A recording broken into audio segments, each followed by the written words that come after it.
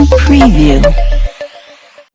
देखिए, एक सबसे अहम बात है कि आजकल पिछले 1-2 हफ्ते में ही 1 दर्जन से ज़्यादा मर्डर और मर्डर टू अटेम्प्ट के जुर्म अगर औरंगाबाद में हो रहे हैं तो ये काफ़ी फ़िक्र वाली बात है। और ख़ास तौर से महिलाओं पर, बच्चियों पर जो हमले हो रहे हैं तो ये बड़े संजीदा बात है।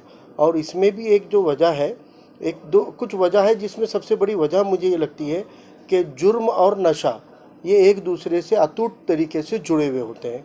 और आजकल जो यूथ के अंदर एक नशे के अलग अलग किस्म तैयार हो रहे हैं और ये नशेबाजों को बैकग्राउंड या पाठबढ़ या हिम्मत देने का काम जो करते हैं, ये आजकल के जो सियासतदान हैं ये उनके पीछे खड़े हुए हैं।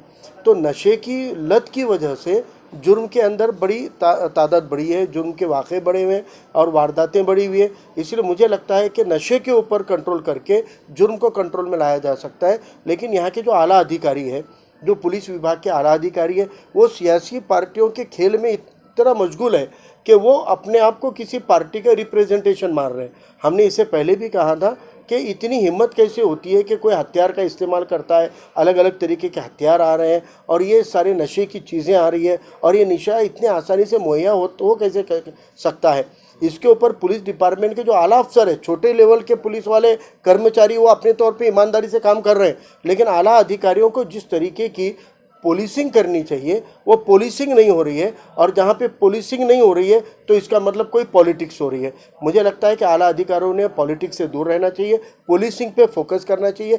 नशे की जड़ों को उखाड़ कर फेंकिए, जुर्म अपने आप कम हो जाएगा। इसलिए यहाँ के प्रशासन के खिलाफ में एक गुस्सा और एक रोष आम आवाम में जो पनप रहा है कि आप आज ही हम कुछ मृतकों के रिश्तेदारों को वगैरह मिले हैं तो बड़े अफसोस होता है कि इतने निढल्ले से लोग खुलकर मर्डर कर रहे हैं, खुलेआम कर रहे हैं और बचाने कोई नहीं आ रहा है। ये ज़्यादा अफसोस की बात है। लोग तमाशाई बन के देख रहे हैं, लोग वीडियो बना रहे हैं, लोग फ़ोटो उतार रहे हैं, लेकिन बचाने कोई सामने नहीं आ रहा है। आप बोलिए, एक आदमी अगर जुर्म कर रहा है, 4 लोग भी अगर सामने आके खड़े हो जाएंगे, उसकी हिम्मत पस्त हो सकती है। इसलिए अब आवाम को भी पुलिस की भूमिका में आना पड़ेगा। जहाँ जुर्म हो रहा है, नशा बिक रहा है, कोई कानून टूट रहा है, तो आवाम को उठ के खड़े होना पड़ेगा और पुलिस को मजबूर करना पड़ेगा कि उसके ऊपर कंट्रोल करे। और अगर ये नहीं होता है तो वंचित बहुजन आघाड़ी रास्ते पे उतरकर ये पुलिस प्रशासन के इस ढीले रवैये के खिलाफ में मुजाहरा करेगी और कानून व्यवस्था को सही करने के लिए जो भी करना जरूरी पड़ेगा,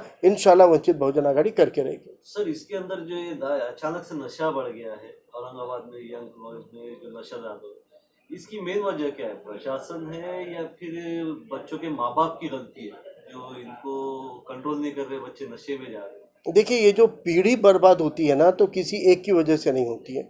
सिर्फ माँ बाप जिम्मेदार हैं अगर ऐसा कहेंगे तो स्कूल में तरबियत हो रही है क्या, मोहल्लों में तरबियत हो रही है क्या?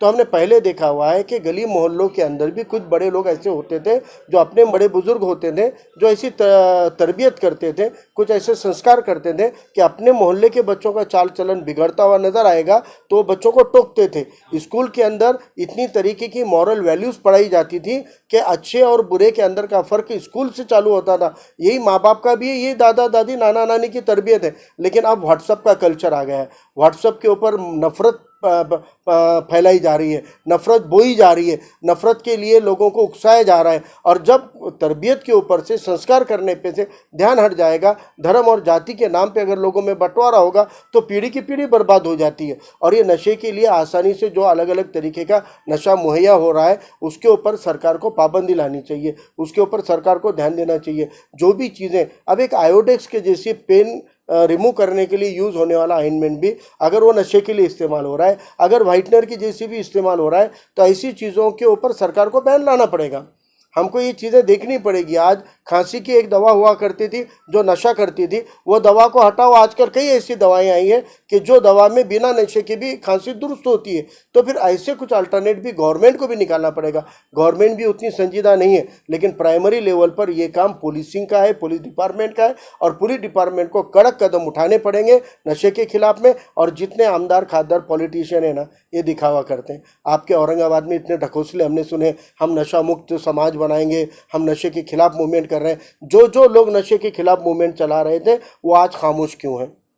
क्यों खामोश है? उनके लबों पे ताले किसने लगा दिए? ये दारू के अड्डे वालों ने उनको रिश्वत देकर चुप बिठाया है या उनके दबाव में आके चुप बैठे हैं, ये उनको भी साफ करना पड़ेगा। इसलिए नशे के नाम पर सियासत तो करने वाले 10 हैं, लेकिन नशे के खिलाफ मूवमेंट चलाने वाले कोई नहीं है। इसलिए आवाम को आगे आना पड़ेगा, और अगर आवाम एक तहरीक चलाना चाहती है तो बिल्कुल वंचित बहुजन आघाड़ी आवाम की उस तहरीक को ताकत देगी। हमारी माँ बहनें अगर कोई मोहल्ले का शराब का अड्डा बंद कराना चाहती है तो वंचित बहुजन आघाड़ी उनके साथ ताकत से खड़े रहेगी, और पूरे कानूनी तरीके से हम वो अड्डा भी बंद करा के रहेंगे। और कानून से अगर ये ऐसी नशीली चीज़ें बंद नहीं हुई तो कानून को तोड़कर ये नशीली चीज़ों को बंद करने के लिए भी हम तैयार हैं। अगर आवाम ये तहरीक के लिए साथ आती है तो इंशाल्लाह ये तहरीक भी हम चला के रहेंगे।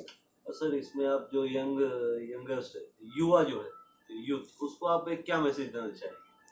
देखिए, मैं युवा को यही कहना चाहता हूं कि कोई भी युवा जुर्म करना नहीं चाहता है, गुनाह करना नहीं चाहता है, लेकिन नशा जो होता है ये जुर्म की जड़ होती है।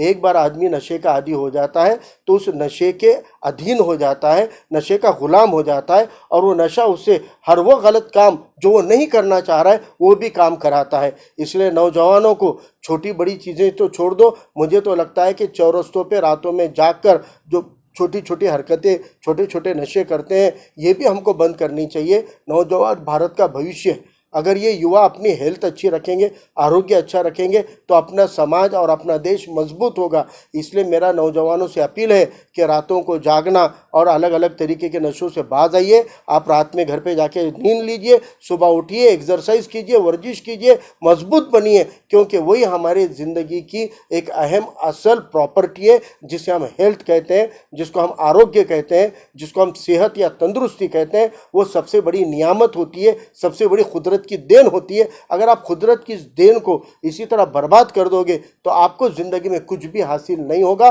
कोई भवितव्य, कोई मुस्तकबिल नहीं होगा। इसलिए नशे से बाज आइए, जुर्म से बाज आइए, और अपने फैमिली के वेलफेयर के लिए, अपने फैमिली के फलाही के लिए, बेहतरी के लिए आप अपने ज़िंदगी को और अपने जिस्म को इस्तेमाल कीजिए, ताकि आपकी फैमिली के लिए आप अच्छा कमा सके, अच्छा नाम भी कमा सके और अच्छी रकम कमा सके, ताकि एक अच्छी ज़िंदगी आप अपने फैमिली को दे सको।